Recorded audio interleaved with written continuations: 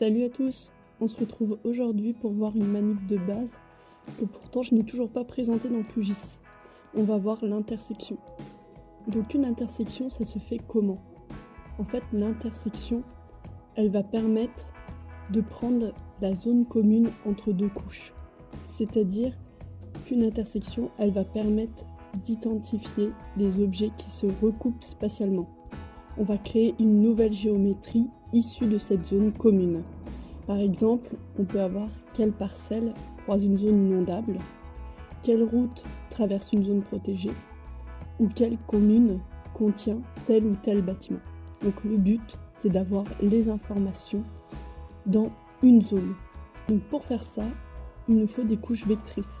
C'est-à-dire qu'une intersection, elle se fait avec des couches vectrices.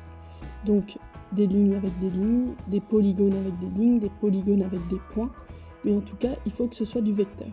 Donc je vais logiquement dans ma barre de menu vecteur, outils de géotraitement, et là je vais prendre intersection. Donc moi je travaille toujours sur le même projet, donc j'ai les mêmes couches depuis le début de ces tutos. Et donc les points jaunes sont mes lieux de mémoire. Et donc on va dire que je veux les lieux de mémoire qui sont dans la commune de Chattancourt, commune qui est ici. Donc, parce que ma couche, je ne l'ai pas dit, mais elle contient des lieux de mémoire pour toutes les communes du Grand Est. Donc qu'est-ce que je vais faire? Je vais choisir ma couche source. Donc ma couche source, c'est lieu de mémoire numérisé. Et je veux prendre les entités que pour la commune de Chattancourt. Donc, je clique sur commune, parce que c'est dans ma couche commune. Et j'ai oublié une étape, mais je vais cliquer sur commune et je vais sélectionner la commune dans laquelle je veux l'information. Et là, on voit qu'ici, ça s'est rendu cochable, on va dire. On peut le cocher maintenant. Regardez, si je désélectionne, il redevient incochable. Donc je reclique sur commune, mon outil de sélection. En fait, je fais juste un clic gauche, je maintiens, je fais un petit carré dans la zone et ça me sélectionne. Voilà. Là, je fais entité sélectionnée uniquement. Je coche. Ça veut dire que ça va bien me prendre juste les points qui sont à l'intérieur de cette commune. Ça me dit que ça va me créer une couche temporaire.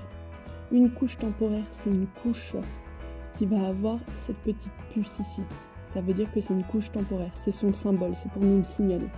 Et donc une couche temporaire, si je quitte mon projet sans l'enregistrer en couche définitive, même si j'ai enregistré le projet, la fois d'après, elle ne sera plus viable, elle ne fonctionnera plus. Et je lui demande d'ouvrir le fichier en sortie après exécution de l'algorithme. Exécuter. Fermer. Et là, j'ai mon intersection qui s'est mise ici. Je vais la remonter là. Et ce que je vais faire déjà, clic droit, style, je vais lui mettre une couleur différente. Voilà, on voit pour que ça ressorte. Je reclique dessus et je vois que j'ai bien mes 2 points seulement dans la couche de Chattancourt. Et si j'ouvre la table, ce qui est intéressant avec une intersection, c'est qu'on va avoir les informations de la couche lieu de mémoire, mais on va en plus avoir les informations de la couche commune qui se sont mis dedans. Lib pays, nom complet, pays type, tout ça ce sont les informations de la couche commune. Voilà, et là, voilà, je retrouve le lib canton Clermont-en-Argonne et le nom commune Chattancourt. Voilà, donc une intersection, elle sert à avoir géographiquement que certaines entités, mais elle sert aussi du coup à venir faire une sorte de jointure où j'arrive à avoir les données d'une table avec les données d'une autre. Par exemple, je voudrais connaître la densité de population de ces communes par rapport au nombre de lieux de mémoire, faire une sorte d'analyse qui part de là. Et bien en faisant une intersection, ça me fait une jointure d'informations et pour chaque point, j'ai la densité. Si j'avais fait ça sans sélectionner cette commune, ça m'aurait recréé toute ma couche de lieux de mémoire avec les informations jointes dedans de la couche commune. Ça m'aurait permis de pouvoir après sortir sur Excel, faire une statistique ou utiliser directement l'outil statistique qui est ici. Ça, on verra dans une autre vidéo parce que c'est très long. Statistique de la zone ou statistique de la zone de la couche, rapport sur les valeurs, enfin on peut réussir à avoir plein d'informations. Donc voilà l'intersection entre un polygone et un point. Mais par exemple, je peux faire aussi une intersection entre, on va mettre ça, voilà. Si je zoome, attention, non, j'ai pas bien fait, je vais cliquer là, voilà. Je peux avoir aussi des intersections entre des polygones et des lignes. Je pourrais utiliser, ah oui non, la couche cadastre, c'est vrai que la couche cadastre c'est une couche raster. Donc on ne pourrait pas faire une intersection par exemple entre cette ligne et la couche cadastre. Mais si je mets ma couche, voilà, moi j'avais créé une couche parcelle cadastre. On va tester, on va faire une intersection pour voir ce que ça donne. Hop, outil d'intersection. Ma couche source, c'est distance entre établissements, qui est ici. Et c'est avec parcelle cadastre établissement. Pareil, on va dire que je sélectionne seulement ça. Entité, créer une couche temporaire, exécuter. Hop. Et si je remonte ici, que je décoche celle-ci, voilà, il m'a juste découpé le trait dans la parcelle. Et il faut savoir que là, si je sélectionne dans cette couche, on avait deux entités. Voilà, on avait le trait là, on avait aussi le trait là. Donc dans mon intersection, logiquement, je vais avoir, voilà, les deux entités, comme pour les points, avec leurs informations, plus ID2, ça reprend en fait les colonnes de la couche parcelle cadastre établissement. Elles viennent s'ajouter juste derrière. Ça me permet d'avoir d'autres informations. On vient de voir qu'on peut mettre de la donnée dans nos tables. On peut faire des jointures. Donc ce qu'on va faire maintenant, c'est qu'on va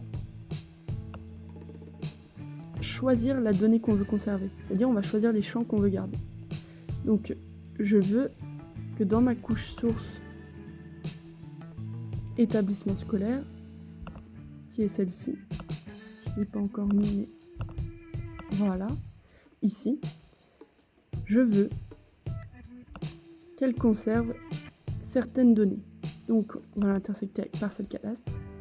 On va, comme d'hab, sélectionner pour parcelle cadastre la parcelle concernée. Voilà, entité sélectionnée. Et là, je veux qu'elle conserve seulement le nom de l'établissement, par exemple. Par contre, si je veux tout sauf nom d'établissement, je fais inverser la sélection. Je peux recliquer, ça me remet comme au départ.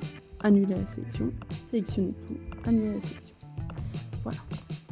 Là, je vais choisir donc champ à conserver, c'est pour la deuxième couche, donc pour parcelle cadastre. Et là, je veux par exemple le numéro de la parcelle et sa surface. Je fais OK. Ce paramètre avancé, il permet de mettre un préfixe au champ superposé, c'est-à-dire que les champs numéro de parcelle et surface vont être ajoutés. Donc je peux mettre 2 par exemple, comme c'est deuxième couche. Et je fais créer une intersection temporaire. Et bien là, tout à l'heure on a vu comment faire une intersection temporaire, là je vais vous montrer comment l'enregistrer. Donc on fait enregistrer vers un fichier. Donc moi ça va dans Natura 2000. Je vais faire intersection établissement scolaire. Je veux bien que ça soit un fichier SHP. Donc voilà tous les formats qu'on peut. Moi je prends SHP. On fait enregistrer. Ici je vous ai pas montré, mais dans le cas où on a une couche qui n'est pas sur notre projet, on peut aller sélectionner un fichier dans un dossier. Ici. Voilà. Si on travaille sur des serveurs, on va faire rechercher une couche.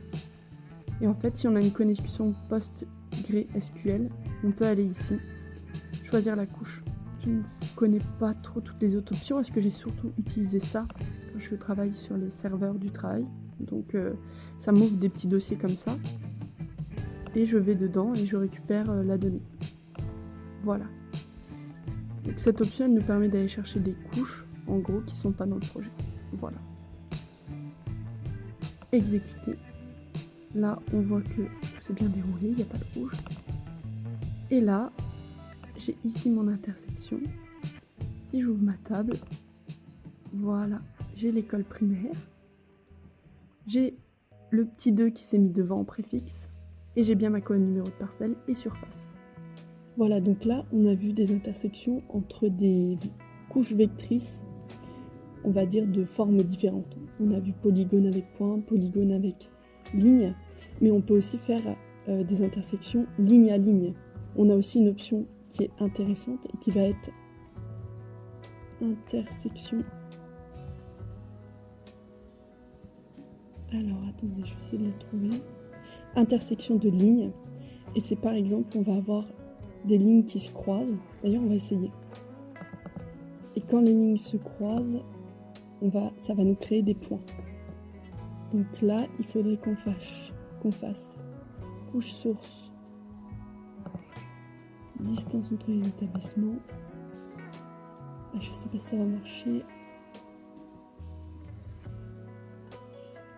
Attendez, on va faire un mini exemple. Donc, pour pouvoir faire celle-ci, je vais devoir créer temporairement des données dans intersection. Donc là, je vais faire comme ça, comme ça, comme ça. Clic droit. Là, je vais mettre un identifiant pour que ça prenne, on va dire 90. Je fais OK. Et là, enregistrer. Si je fais intersection de lignes, ma couche source intersection, mon autre couche distance. Là, je vais créer une couche temporaire. Et si je regarde, hop là, à chaque croisement, je vais coucher le reste, que ça soit plus clair pour nous. Hop, voilà. Non, pas à ce point. Hop, hop, voilà. À chaque intersection, du coup, ici on a un point. Là, les lignes, il y avait une intersection parce qu'on avait généré la couche temporaire en n'ayant que les lignes là, donc ça fait une intersection, un point ici, un point ici. Et ça peut être intéressant, par exemple, imaginons, je travaille pour créer des pistes cyclables, et je veux qu'à chaque fois que la piste cyclable traverse une route, j'ai un point qui se génère. Et comme ça, à cet endroit, je peux mettre un panneau pour signaler les cyclistes. Donc ça peut permettre de gagner du temps. Donc à partir du moment où on voudra avoir un point à partir de croisement de lignes, on utilisera intersection de lignes et ça nous générera automatiquement des points. La seule chose que je me demande, c'est quelles données on a dedans. Et les données reprennent bien les tables croisées encore une fois. Donc c'est super parce qu'on a même les informations des segments qui se croisent. Donc ça peut être intéressant si c'est une départementale qui croise un tronçon d'une véloroute. Si on a les données du nom de la route, de son propriétaire, si on peut dire, celui qui l'entretient. Et à côté de ça, on a les données de la véloroute voie verte, son nom, son kilométrage, etc. Largeur de chemin. On peut facilement créer une nouvelle base de données avec le danger, dire s'il y a un passage piéton, etc.